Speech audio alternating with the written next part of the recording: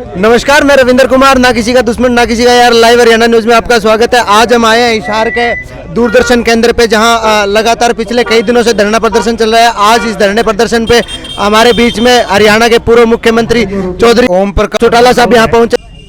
मैं आपको एक बात कह के जा रहा हूँ कि जब यूं ही चुनाव घोषित हों, और वो किसी समय भी घोषित हो सकते हैं, सत्ता पक्ष से जुड़े हुए लोग जहाँ कहीं भी आपके बीच में आए, उनसे एक ही सवाल पूछना कि आज ये कर्जा किस बात का है। 2005 में जब हमारी सरकार गई थी, हमने सरकारी खजाने में 2000 करोड़ से ज़्यादा रुपया छोड़ा था, और आज हरियाणा सरकार के सर के ऊपर 2.5 लाख करोड़ से भी ज़्यादा का कर्जा है, जबकि विकास के नाम पर कहीं एक ईंट नहीं लगी। हमारी सरकार के वक्त में जो सड़कें बनी थी या स्कूल जो बने थे, जो कोई अस्पताल बने थे, उनमें सारी सुविधाएं थी। आज वो सड़कें सारी टूट चुकी हैं, उनकी मरम्मत तक ये नहीं कर रहे। स्कूलों में टीचर नहीं है, स्कूलों की बिल्डिंगें गिर गई, अस्पताल में दवाई नहीं है, बेड नहीं है, डॉक्टर नहीं। बूढ़े बुजुर्गों का सम्मान जो चौधरी देवीलाल जी ने दिया था, वो पेंशन उनकी काटी जा रही है। इसलिए उनसे ये पूछना कि कर्जा किस बात का है। विकास के नाम पर तो कहीं पैसा खर्च नहीं हुआ, ये तो पैसा लूटने में लगे हुए हैं। इसका कोई संतोषजनक जवाब उनके पास नहीं होगा। मध्यवर्ती चुनाव की आप बात करें, क्या लगता है कब तक ये उम्मीद है आपको मध्यवर्ती चुनाव में? उम्मीद पे दुनिया कायम है। जो परिस्थितियां आज आप देश के सामने हैं, उसके दृष्टिगत मैंने अभी बताया है कि लोग तो दुखी हैं, और दुखी लोग जो सत्ता पक्ष के साथ जुड़े थे, रोज आप छापते हैं, हम पढ़ते हैं कि सत्ता पक्ष से जुड़े हुए लोग भी सत्ता को छोड़ के भाग रहे हैं। अभी जब गठबंधन टूटेगा, विधायक जब इनको छोड़ के जाएंगे, तो सरकार तो अल्पमत में हो जाएगी, और अल्पमत में जब सरकार होगी तो फिर उसका इलाज मध्यावधि चुनाव ही है। अब उसमें ज़्यादा समय नहीं लगेगा। कल तो विधानसभा का सत्र शुरू हो रहा है, ये टेंडरिंग का क्या कहेंगे आप? सरपंच एक सेकंड है, कल से विधानसभा का सत्र शुरू हो रहा है। 23 को बजट भी है, बजट सत्र भी है जी। 23 को बजट भी आ रहा है। क्या लगता है कि इस बार कुछ मिलेगा सरकार हरियाणा को? अगर अतीत में कुछ दिया गया है तो फिर भविष्य में भी अच्छी उम्मीद की जा सकती है। लेकिन मैंने अभी आपको बताया है, आप सब जानते हैं, ये तो लुटेरे हैं, ये देने वाले नहीं है, ये तो लेने वाले हैं। अभय जी की नूह से यात्रा शुरू होने जा रही है। नूह से यात्रा शुरू होने जा रही है 24 तारीख से। क्या उसकी तैयारियां हैं, क्या रहेगा? अब ये मुझसे पूछो या लोगों से पूछोगे या स्वयं आप देखोगे जी, मुझे ऐसा दिखाई देता है कि आज इस देश का हर नागरिक, चाहे कोई किसी धर्म और मजहब को मानता है, किसी जाति का है, किसी भी संगठन से जुड़ा हुआ है, आज सब लोग इस संगठन को छोड़ करके भाग रहे हैं। तो जब सरकार अल्पमत में होगी तो फिर मध्यावधि चुनाव के अलावा तो कोई चारा है ही नहीं। एयरपोर्ट के कारण जैसे तलवंडी राणा के गांव के लोगों के लिए समस्या हुई, रास्ता बंद कर दिया, हजारों लोग सड़कों पे। आप क्या कहेंगे, सरकार का ये कदम क्या है? कहीं सरकार हो तो मैं बताऊं आपको कुछ। ये तो लुटेरे हैं, इनसे ये उम्मीद मत रखो कि ये कोई ठीक काम करेंगे। सर, अभी सरपंचों के भी हाथ बांध दिए, उस पर आपका क्या कहना है? आपने किसको रियायत दी है? किसी एक को तो आपको बताओ। आज इस देश का हर नागरिक इस कुशासन से दुखी है, और सबने मन बनाया हुआ है कि आने वाले चुनाव में सरकार का पतन किया जाए। आपने फतेहाबाद की रैली में देखा होगा, और अब हमारी पद यात्रा से आपको अंदाज़ा हो जाएगा कि लोग क्या चाहते हैं। आज तो हरियाणा की दरो दीवार पे एक बात लिखी जा चुकी है कि इस सरकार का अंत होगा और आने वाले चुनाव में इंडियन नेशनल लोकदल पार्टी की सरकार बनेगी। सर कांग्रेस के साथ जाने का कोई मन बन रहा है कहने लोग? हमारा किसी से कोई द्वेष नहीं है। हम तो ये चाहते हैं कि हरियाणा प्रदेश का ही नहीं समूचे देश का भविष्य उज्जवल हो। मैंने वो वक्त देखा है, आपने तो देखा ही होगा कि ये भारतवर्ष विश्व के गरीब मुल्कों की आर्थिक मदद किया करता था। आज आर्थिक मदद करना तो दूर, निरंतर कर्जा ले रहे। पुराने कर्जे का ब्याज चुकाने के लिए भी इन्हें कर्ज लेना पड़ता। तो आप उनसे ये सवाल पूछोगे तो अपने आप सारी बात का जवाब मिल जाएगा। धन्यवाद। थे और उसी के बीच में हमारे साथ जो टीम है इंडियन नेशनल लोकदल पार्टी की, हम उनसे भी बात करेंगे। नमस्कार सर। नमस्कार जी। सर ये जो पूरा का पूरा धरना चल रहा है, इस पे आपका क्या कहना है, और इंडियन नेशनल लोकदल पार्टी के जो वर्कर हैं वो क्या इस धरने के साथ? इसमें सबसे पहली बात तो मेरा ये कहना है कि इससे निंदाजनक घटना पूरी शहर के अंदर हो ही नहीं सकती। दूरदर्शन के अंदर चौधरी देवीलाल की स्मृति के अंदर बनवाई गई थी। चौधरी ओम प्रकाश चौटाला जी कर कमलों के द्वारा इनको स्थापित किया गया था, और इसी को उसके पोते दुष्यंत चौटाला ने कदम से कदम मिला के तोड़ने का जो काम करे, ये बहुत निंदनीय घटना है, जिसको हम जितनी मुखालफत कर ले वो कम होगी। आज हरियाणा के अंदर सिर्फ एक दूरदर्शन के अंदर है, और बल्कि हम तो ये सोच रहे थे कि दुष्यंत चौटाला ये सरकार के अंदर आया तो जितना तो किसानों को इसने खत्म कर दिया, जमींदारों को, मजदूर मर रहा को खत्म कर दिया, लेकिन अपने परदादा की धरोहर है वो बचाने के लिए कम से कम ये तो 100 करोड़ की ग्रांट दिलवाएगा। ग्रांट दिलवाने दूर की बात, इसने तो अनुराग ठाकुर और केंद्रीय सरकार के कदम मिला के इसको बेचने का काम किया। अब बताना चाहूंगा, हमारे हिंदुस्तान में कई ऐसे शहर हैं जिसमें एक शहर में 4 दूरदर्शन केंद्र भी है, और ये तो पूरे हरियाणा का इकलौता दूरदर्शन केंद्र हिसार में है। इसको बेच के तुम क्या निकाल लोगे? शर्म आनी चाहिए। अच्छा, बीजेपी जेजेपी गठबंधन पे आप क्या बोलना चाहेंगे? इस सरकार के कामों पे आप क्या बोलना चाहेंगे? देखो, इसके लिए मेरे ख्याल में इतना टाइम आपको भी नहीं है, इतना मेरे को भी नहीं है। रात आपको हो जाएगी, शाम मेरे को हो जाएगी। सरकारी कितनी भी कमियां दिलवाले खत्म तो होनी नहीं। एक पुरानी कहावत है, बोला भाई सरकार तो नकड़ा कड़ा रोलियों, बोला भाई चल ले जाए रोए जा। ठीक है, इनकी 1000 कमियां हैं, लेकिन अब भी मैं कहता हूं अगर सुबह का बुल्ला शाम को घर वापिस आ जाए। इस हार के अंदर 2 बड़े मुद्दे हैं।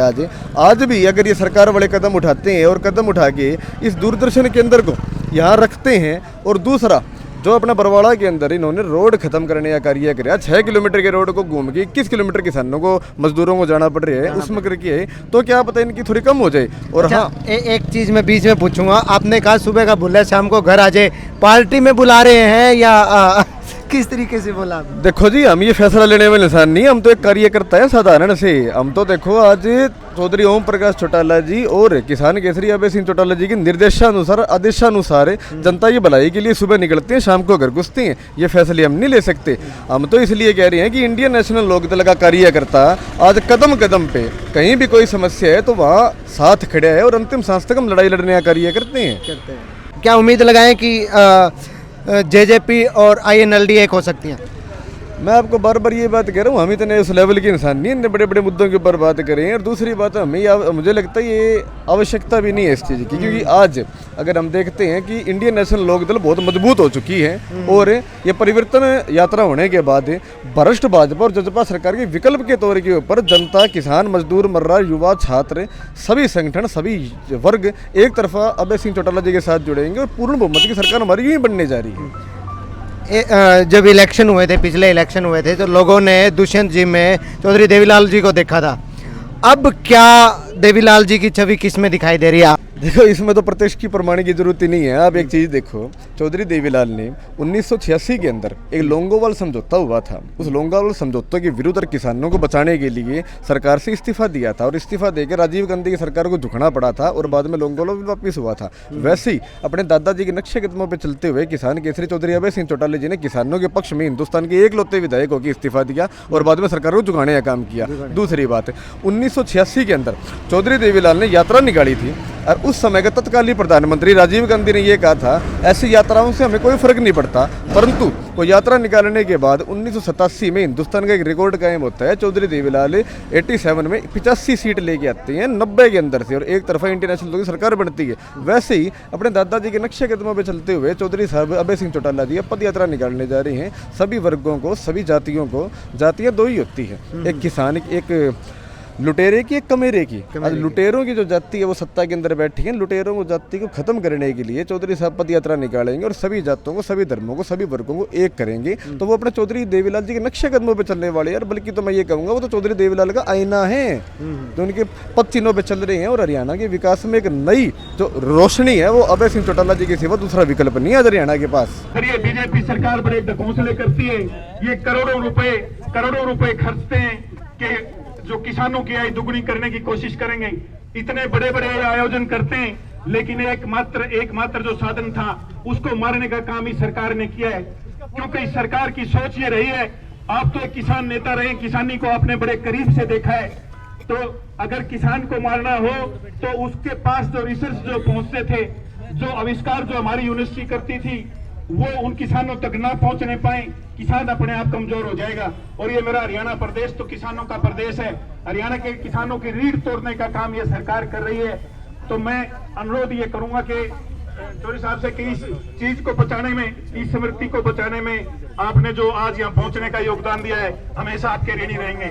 यहाँ से सिर्फ बात रोजी रोटी की नहीं है, बात किसानी की नहीं है।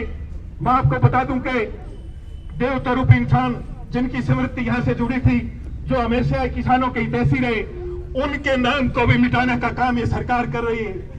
हमारी आत्मा दुखती है कि जिस इंसान ने हमेशा ही किसानों के लिए काम किया, आज उसका नाम लेने में भी ये सरकार गुरेज करती है। दुखती है आत्मा जब ये उनका दिया हुआ इतनी बड़ी धरोहर जो हिसार से ले जाने का काम ये सरकार करती है। मैं आपको बता नहीं सकता कि जो मेरी बहनें 40 दिन से यहाँ बैठी हैं, पिछले 20-22 साल से जो अपने खून से पसीने से जो ये इसको सींचने का काम कर रही थी, सर आज उस स्मृति को मिटाने का काम किया जा रहा है। उनकी आत्माओं का दुख मैं आपको रखना चाहता हूं कि उस देवता रूपी इंसान की स्मृति को भी ये लोग इस हिसार में छोड़ना नहीं चाहते, इस हरियाणा प्रदेश से उनका नाम मिटाना चाहते हैं। लेकिन इस सरकार को मैं चेता देना चाहता हूं कि ये इतना आसान काम नहीं है। चौधरी ओम प्रकाश चौटाला जी जैसे लोग पुरुष हमारे बीच में आते रहे तो सरकार का एक दिन कड़ा पकड़ के रोड पे घसीट लाने का काम करेंगे। इतनी बड़ी धरोहर को जो चौधरी देवीलाल को समर्पित है, इस चीज को यहाँ से जाने नहीं देंगे। इस संघर्ष में आप सबका सबसे ज्यादा योगदान है, इसके लिए सर्वप्रथम आपको बधाई दे रहा हूं। और इसके साथ ही आपको ये विश्वास भी मैं दिलाऊंगा कि आपका जो निर्णय है वो सफल होगा। और इस सरकार को सरकार कहते हुए भी हमें शर्म आती है। ये तो सरकार नहीं, ये लुटेरों का एक गिरोह है। इनसे तो ये उम्मीद ना रखो कि ये आपकी बात को मानेंगे। लेकिन आज जो हालात देश में व्यापक है उसके आधार पर ये निश्चित रूप से मान के चलो कि आपकी सरकार आएगी और फिर ये कोई हटाने का प्रश्न ही पैदा नहीं होगा। अगर इनमें थोड़ी बहुत भी सूझबूझ हो तो चुनाव से पहले ही आपकी बात को ये लुटेरे मान ले, ये ज्यादा इनके हित में रहेगा। क्योंकि ये बात आपकी तो मानी जानी, यहाँ से कोई हटाएगा नहीं, इसे यही रहेगा, मुश्किल रहेगा, बल्कि इसमें और ज्यादा सहूलियात हम मुहैया कराएंगे और ऐसे हालात बना देंगे कोई कभी किसी को किसी किस्म की परेशानी का सामना ना करना पड़े। बदकिस्मती हरियाणा की ये है कि आज इस प्रदेश की सत्ता पर लुटेरों लोगों का कब्जा हो गया है।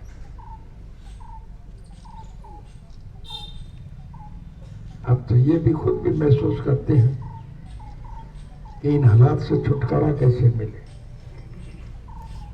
इन्हें तो केवल पैसा चाहिए और इसके लिए कुछ भी कर सकते हैं।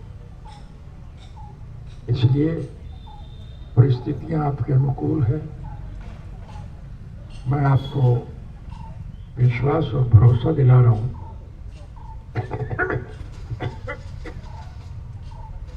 कि आपके संघर्ष को निश्चित रूप से बल मिलेगा।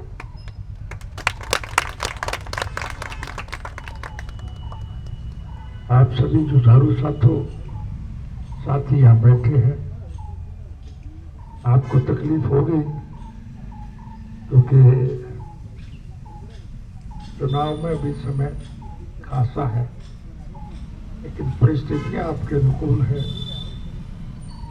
मुझे ऐसा लगता है कि आपको 2024 का इंतजार नहीं करना पड़ेगा।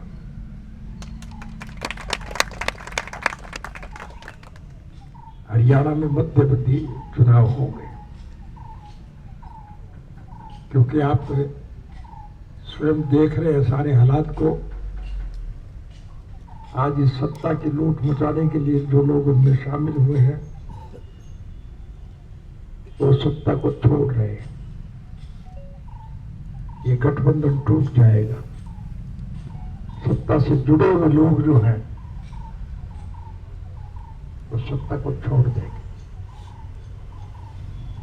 और जब इनके विधायक इस पार्टी को छोड़ करके जब आएंगे तो फिर सरकार अल्पमत में हो जाएगी और अल्पमत का फिर इलाज जो है वो तो मध्यावधि चुनाव। इसलिए निश्चित रूप से जल्द चुनाव होंगे और इस सरकार में अकल थोड़ी बहुत भी अगर हुई, सत्ता इनके हाथ से जाने से पहले ये आपकी बात को मान ले तो ज्यादा बेहतर रहेगा। आज तो हरियाणा प्रदेश की तरफ दीवार पे एक बात लिखी जा चुकी है कि हरियाणा प्रदेश में आने वाली सरकार जो है वो इंडियन नेशनल लोकदल पार्टी की होगी और उसका सुखद परिणाम जो है वो सारे देश में जाएगा क्योंकि हरियाणा की बात की नकल दूसरे प्रदेशों के लोग करेंगे। इसलिए सारे देश के लोगों की निगाह आप पे टिकी हुई है और सबका सहयोग और समर्थन आपके साथ है। बस यही आश्वासन देने मैं आपके बीच में आया हूँ।